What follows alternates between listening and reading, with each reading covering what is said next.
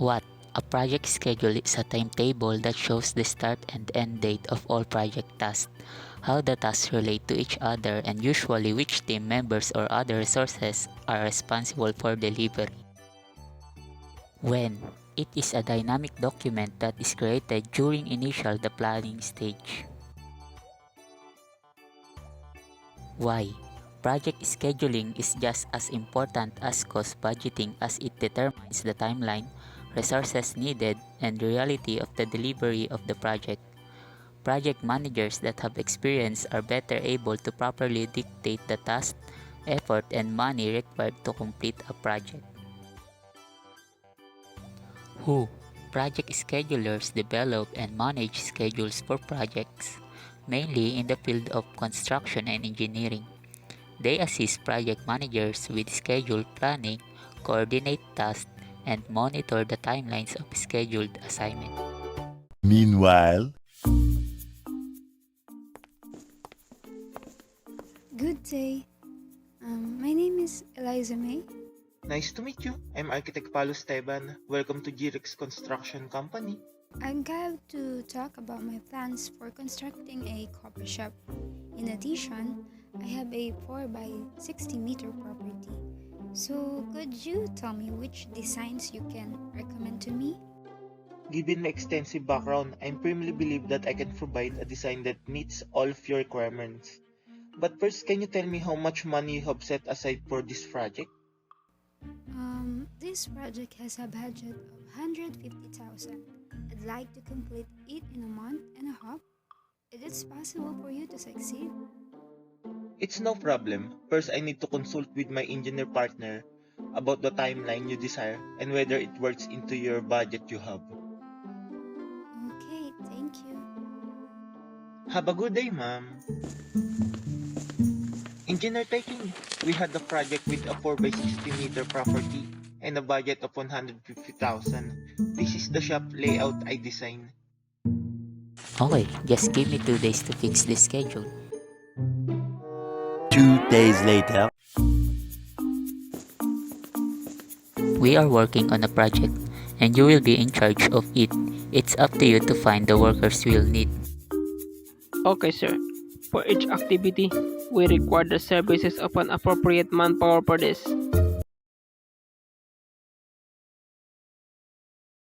Critical path method. I will be using this activity schedule for a project. The first thing is to first construct a project network.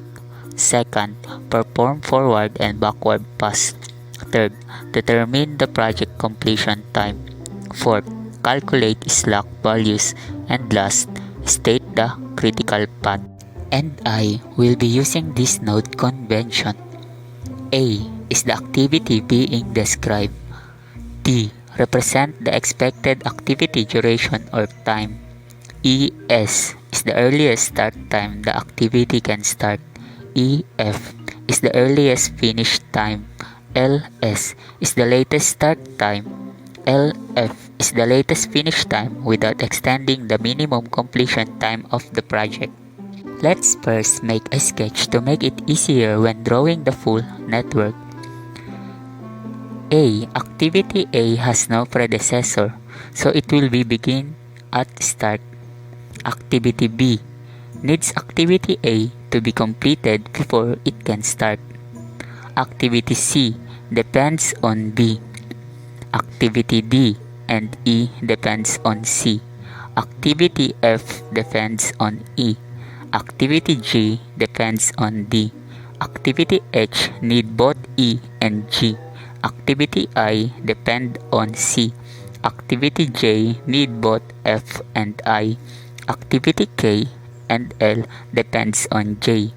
Activity M depends on H. Activity N need both K and L. Since activity M and N have no successor, they go to finish. So here is the network with the activity nodes displaying the letters and time. Let's perform the forward pass where the earliest start time and earliest finish time are calculated. A has no predecessor, so the earliest start time will be 0.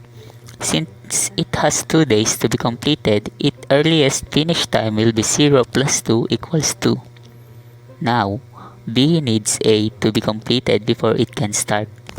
Since the earlier finish time for A is 2, then the earliest start time for B can start is 2.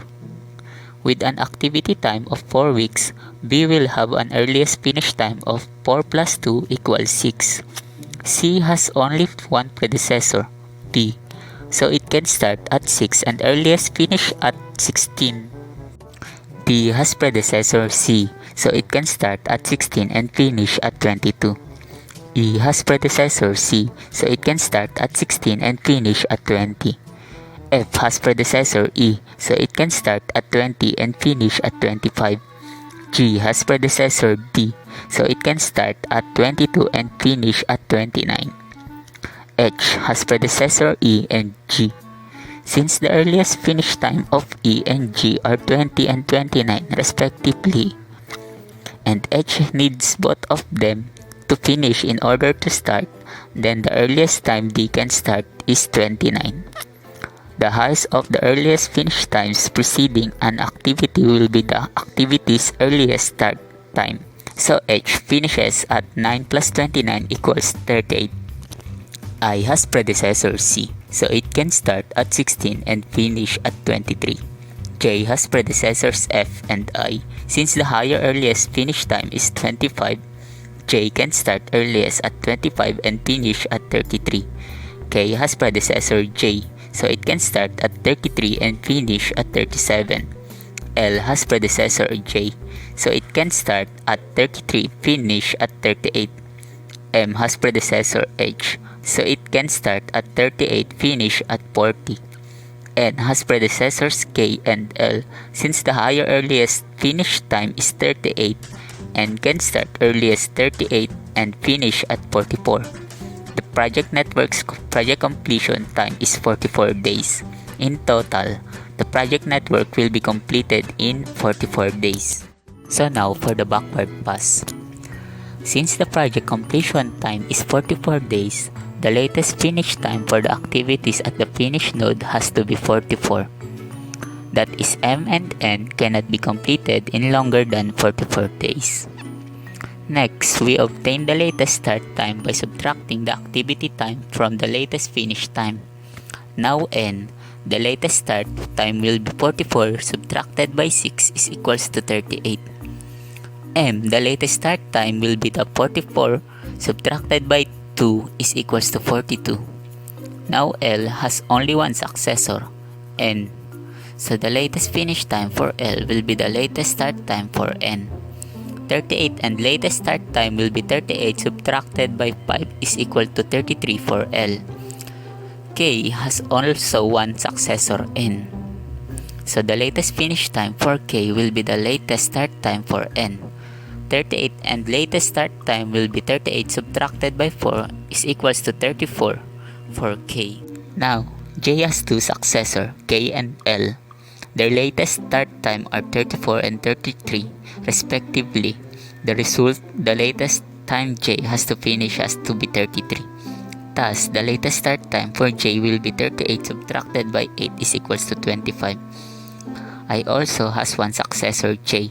Therefore, latest finish will 25 for I and latest start will 18. H has successor M. The latest finish will 42 for H and latest start will 33. G has successor H. The latest finish time will 33 for G and latest start will 26. F has successor J.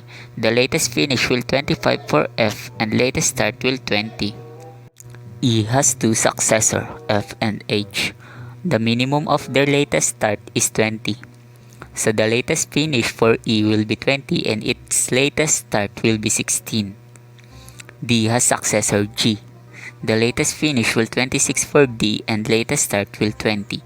Now C has three successors, D, E, and I.